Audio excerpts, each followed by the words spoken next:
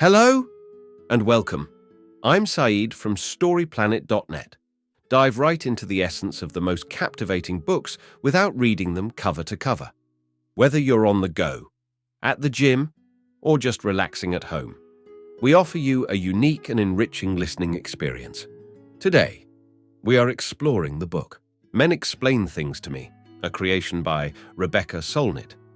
Men Explain Things to Me, 2014, is a collection of essays exploring the various forms of misogyny in our society, from subtle everyday acts to justice systems that do not hold rapists accountable. Solnit delves into how sexism sustains itself and offers ways for us all to combat it. Before we delve into these revelations, it's interesting to note that Rebecca Solnit is a versatile writer, activist, historian, and contributor to The Guardian. She has authored 16 books covering diverse topics, including art, politics, the environment, memory, and the history of walking. With 5 key ideas to unveil, brace yourself for a deep dive into this captivating book on StoryPlanet.net.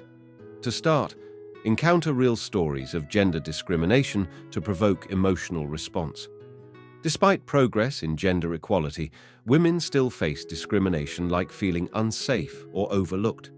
Gender discrimination persists, impacting women disproportionately. The text highlights the prevalence of sexism, sexual abuse, and physical violence against women. It emphasizes the importance of understanding the female perspective to address these issues effectively. Key idea number 1. Men often explain things to women because they believe their knowledge and expertise are better. Mansplaining is a term coined to describe men condescendingly explaining things to women due to perceived superiority. This behavior is rooted in sexism and arrogance. The term gained popularity in 2010 and highlights the prevalence of this behavior. The author experienced mansplaining firsthand, revealing its subtle impact on women's credibility and expertise. The issue extends beyond casual instances, as it reflects broader societal attitudes that undermine women's voices and knowledge. Key idea number 2. Gender discrimination puts women in fear for their safety and lives. Women face pervasive gender discrimination, including high rates of physical and sexual violence. There are alarming statistics on rape, murder, and intimate partner violence against women in the United States. Society often fails to address violence against women as a systemic issue, instead justifying it or blaming other factors. Women who speak out against misogyny often face further threats and violence. Violence against women includes physical abuse and threats, illustrating a troubling societal issue that needs attention. Key idea number 3. The text emphasizes that while not all men are violent or sexist, all women live in fear of sexual violence and sexism.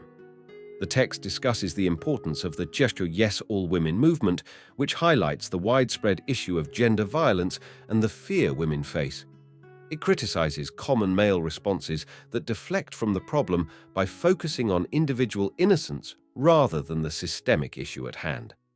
The movement aims to address not all men being misogynists, but the fact that all women live in fear of those who are. It points out cases where female victims of abuse are accused of lying. Additionally, the movement emphasizes the global nature of the problem, highlighting instances of abuse and violence against women worldwide. Key idea. Number 4. Men perpetuate sexism and sexual violence by blaming and controlling women who speak out. Women who report sexual violence can face disbelief, silence, and control mechanisms by men, even built into legal systems. Society's desire to control women is evident in laws like the Married Women's Property Acts and debates about reproductive rights. Abusers use doubt to keep women silent, labeling them as hysterical or delusional when they speak out. False rape accusations are rarer, with less than 1% prosecuted as false in a study. Demonizing women who report only adds insult to injury. Key idea number 5. It is essential to address sexism and gendered violence in order to eradicate them. Progress has been made in fighting gendered violence. with increasing recognition that misogyny and sexism are societal problems. The 2012 gang rape and murder of Jyoti Singh in New Delhi ignited outrage and activism in India, leading to calls for better legal processes.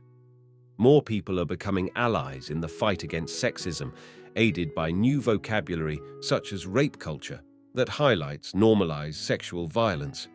Calling out instances of sexism and promoting awareness through conversations are crucial steps in addressing these systemic issues. In conclusion, the book highlights that misogyny is deeply ingrained and takes various forms, from everyday occurrences to systemic issues like biased court systems. Society's denial and silencing of women who speak out perpetuate the problem.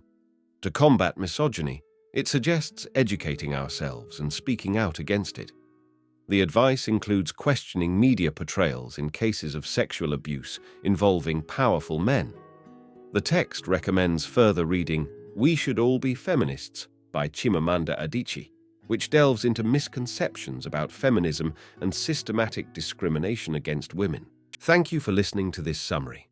If you enjoyed this exploration, we invite you to discover other fascinating books on storyplanet.net. Don't wait any longer. A multitude of books, stories, and knowledge await you there. See you soon on storyplanet.net.